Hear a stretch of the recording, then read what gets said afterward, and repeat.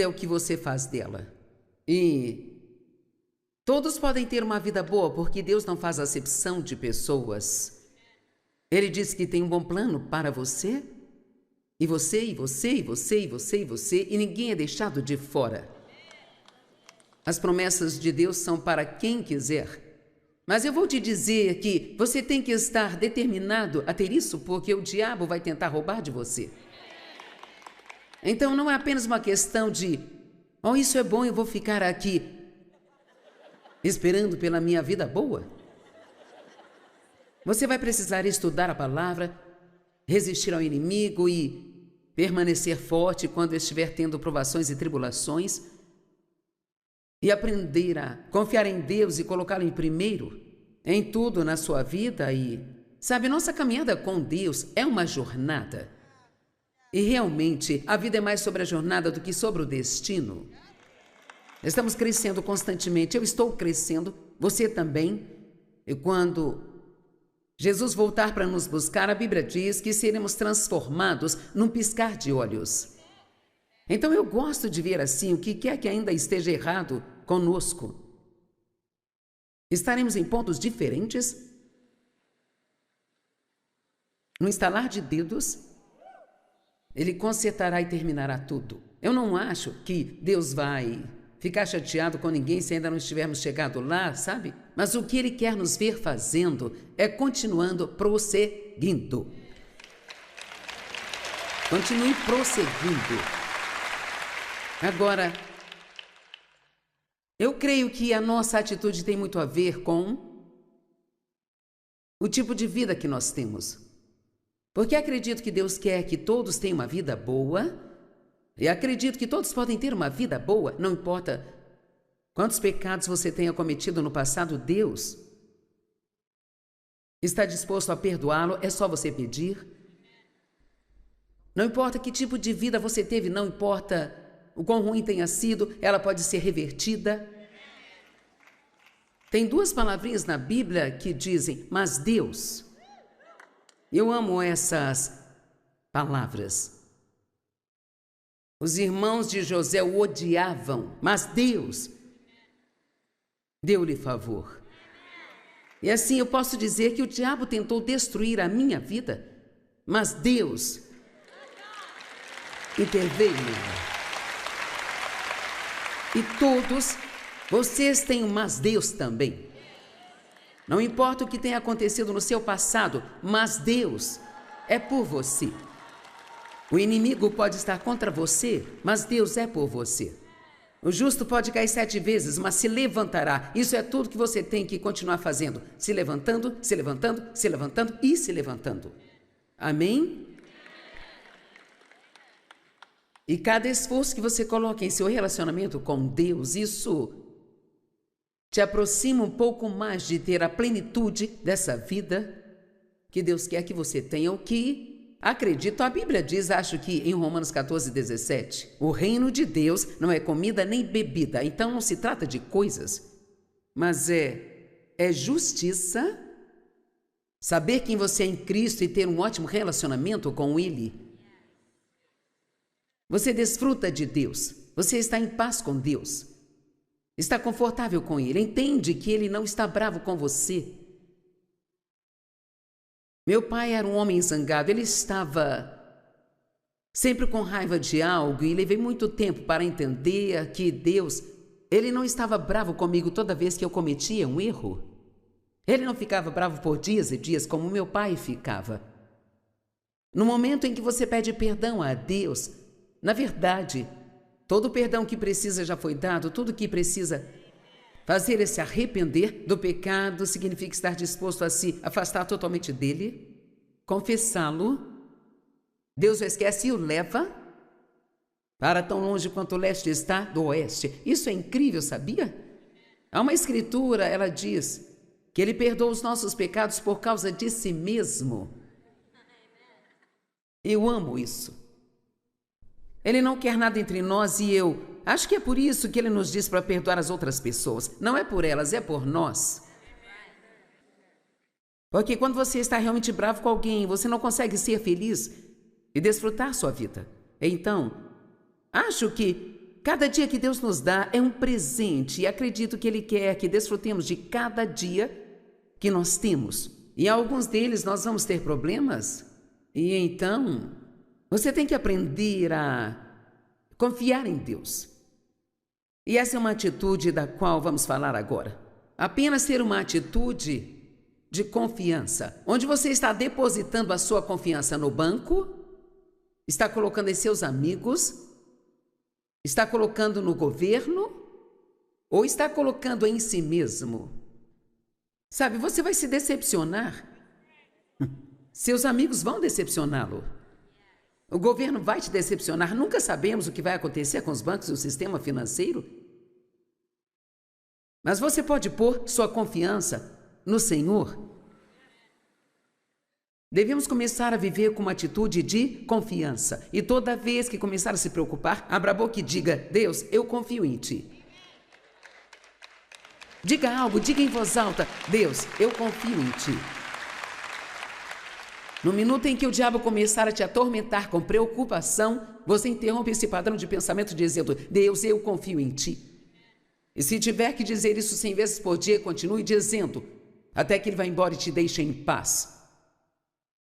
Toda vez que você sentir medo, diga: Deus, eu confio em Ti. Eu não temerei o que o homem pode fazer comigo. Se Deus é por mim, quem será contra mim? Se Deus está do meu lado, a quem eu vou temer? Sabe? Se você sabe como se preocupar, sabe como meditar. Não nos foi dito para meditar nos nossos problemas, fomos instruídos a meditar na palavra de Deus. E assim, eu acredito firmemente em declarar a palavra de Deus em voz alta. E, sabe, todo mundo que é professor ou pregador tem uma pequena, eu acho uma tarefa especial de Deus. E eu me deleito em ver as pessoas entregarem suas vidas ao Senhor, e essa é a coisa mais importante. Mas o que sempre esteve no meu coração desde o início, quando Deus me chamou para ensinar, foi que eu queria ajudar as pessoas a aprender como realmente desfrutar do que Jesus morreu para dar a elas, a realmente crescer e amadurecer, e não apenas ir à igreja, voltar para casa e nunca mudar, ir à igreja, voltar para casa e nunca mudar, ir à igreja, voltar para casa e nunca mudar. E como Deus me mudou. Cara, acho que David já foi casado com umas 20 mulheres diferentes ao longo desses 57 anos, porque eu continuo mudando. Quantos de vocês já viram mudanças em si mesmos desde que começaram a andar com Deus? Veja. Então, sabe, Jesus tinha uma atitude, Filipenses 2,5 diz, que haja em vós a mesma atitude, propósito em mente humilde que estava em Cristo Jesus. Seja Ele o vosso exemplo de humildade. Você sabia que a humildade tem muito a ver com confiar em Deus? Em 1 Pedro diz: humilhai-vos debaixo da poderosa mão de Deus, para que no devido tempo Ele vos exalte, lançando sobre Ele toda a vossa ansiedade, porque Ele tem cuidado de vós. Essas duas escrituras estão juntas. Humilhai-vos debaixo da poderosa mão de Deus, para que no devido tempo Ele vos exalte, lançando sobre Ele toda a vossa ansiedade, porque Ele tem cuidado de vós. Então, o que lançar seu cuidado tem a ver com humildade? Bem, enquanto estou preocupada, ainda estou achando que posso cuidar de mim mesma e resolver o meu problema?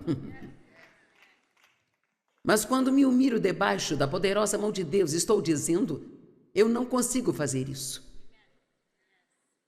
Eu lanço meu cuidado sobre ti e acredito que você vai cuidar de mim. Veja, Deus não pode cuidar de nós até que paremos de tentar cuidar de nós mesmos.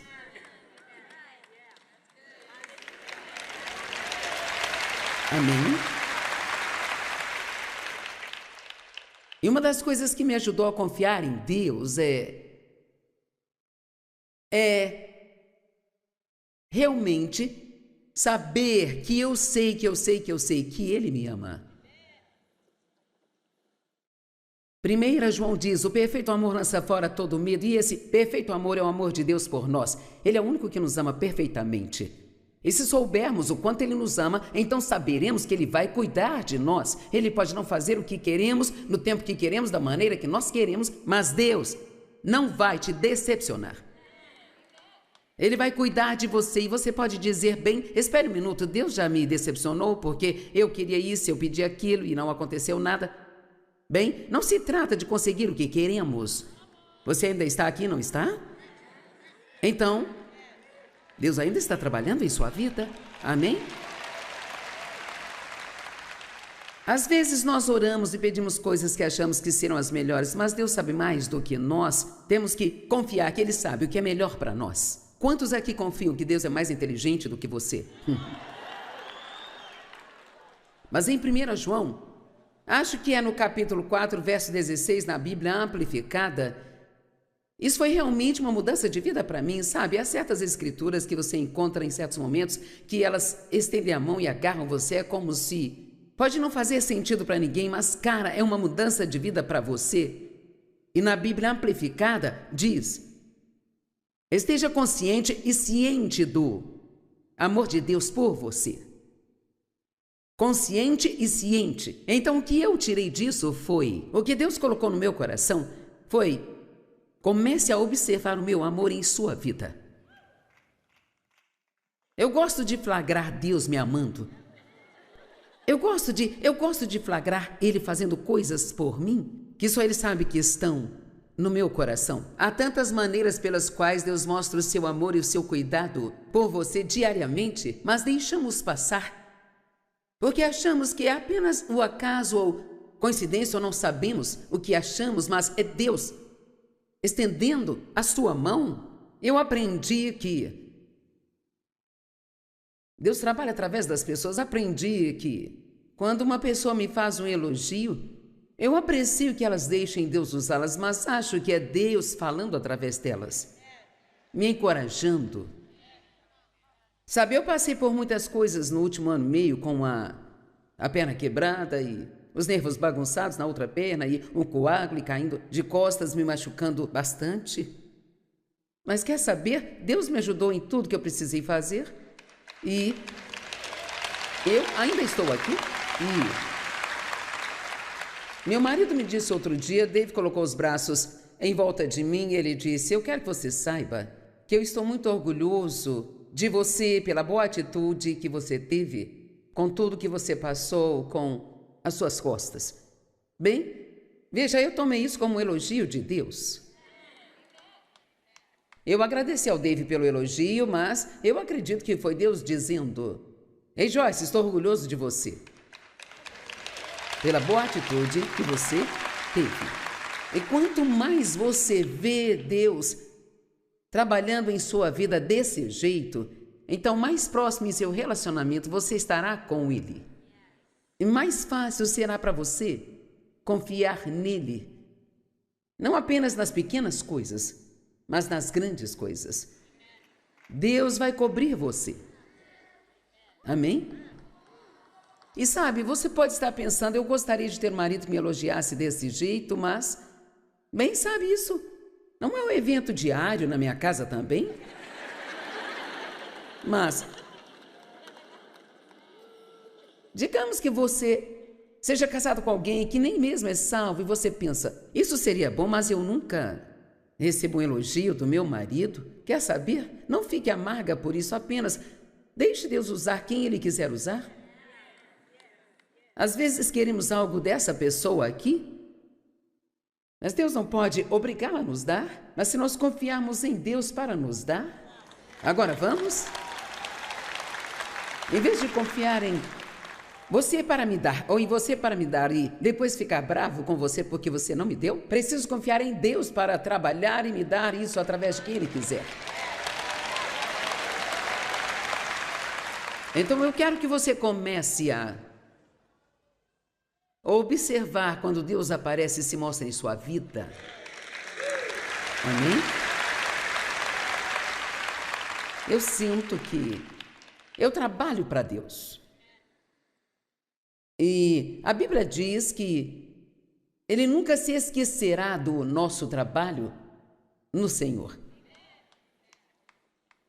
E acredito que tudo o que eu precisar, Deus me dará. E se Ele não conseguir me dar através de uma pessoa, Ele me dará de outra forma. Mas Deus usa pessoas e você precisa deixar que Ele te use.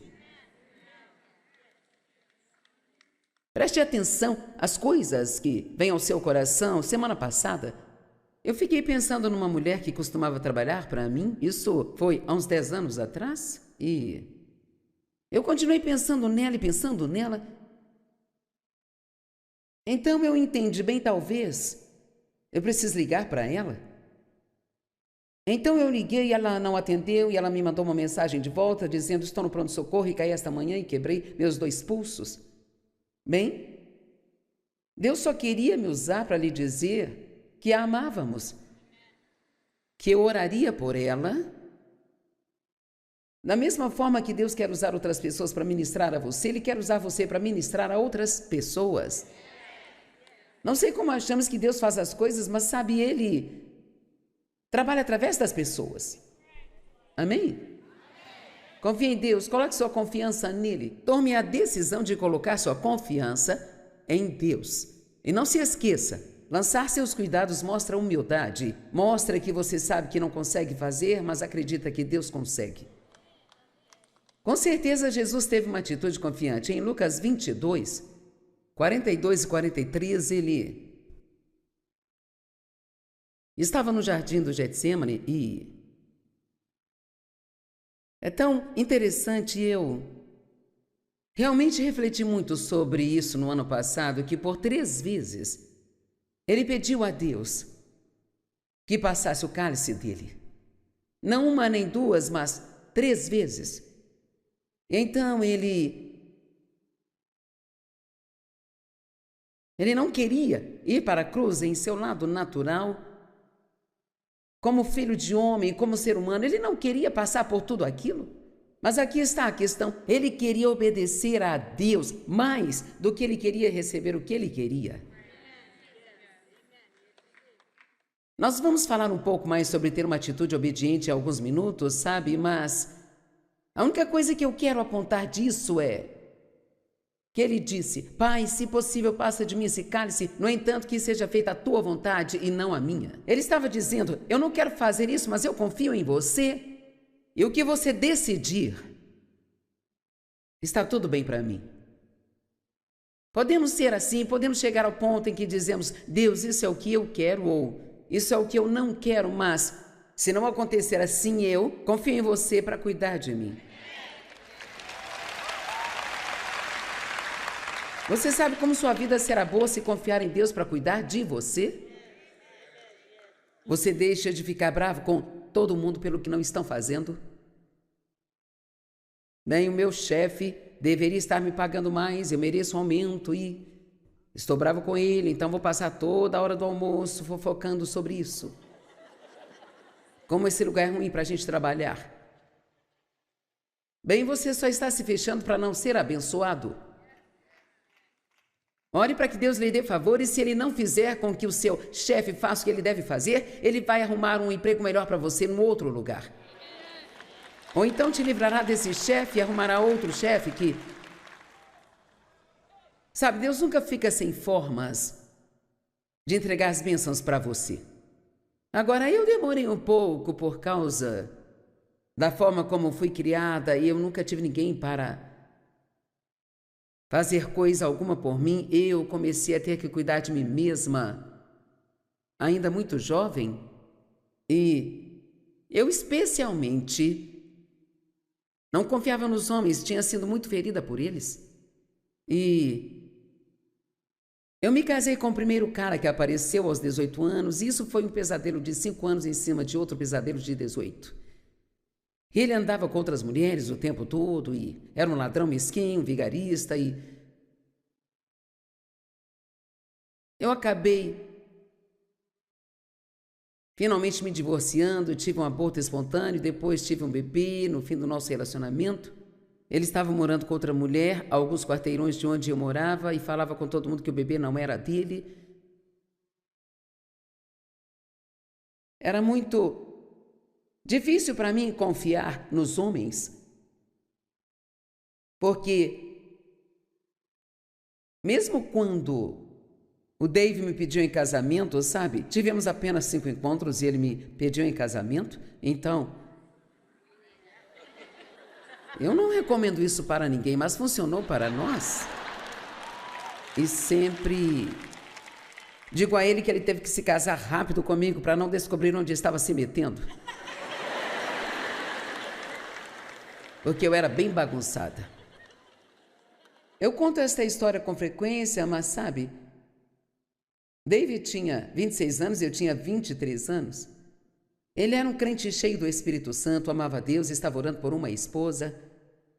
E ele cria que a fé sem obras é morta, então ele estava namorando 3 mulheres diferentes quando me conheceu. É isso aí, ele não ficou lá sentado esperando que Deus jogasse alguém no colo dele, sabe?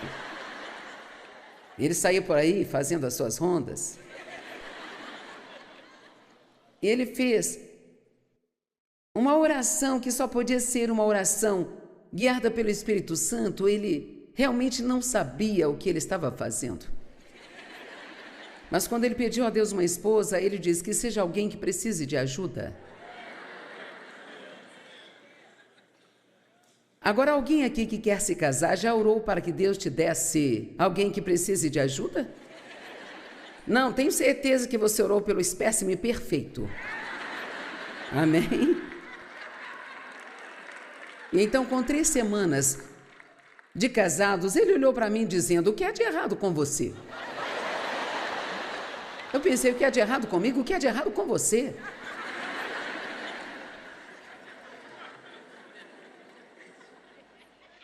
Nós nos casamos em 1967. Em 1976, fui cheia do Espírito Santo na época do chamado avivamento carismático.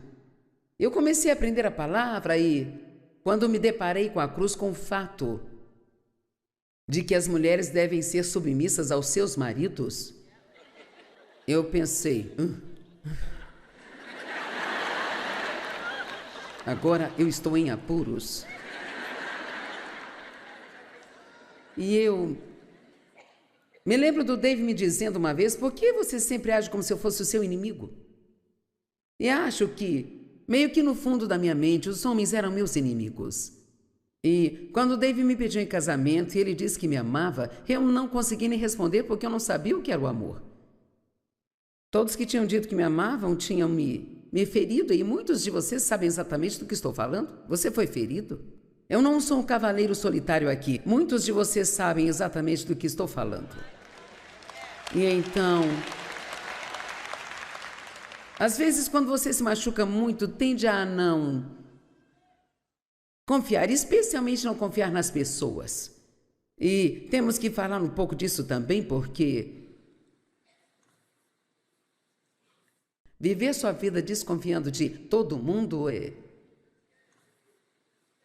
simplesmente miserável. E me lembro que o Dave queria que eu fizesse algo uma vez e eu não queria fazer, e Deus estava lidando comigo para confiar nele, ser submissa. E eu disse ao Senhor: como você pode esperar que eu confie nele depois de tudo que eu passei?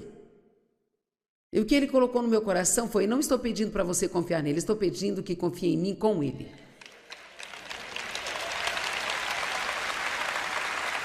Agora, eu não digo que se você abrir seu coração para as pessoas não vai se machucar, mas garanto que, se isso acontecer, aquele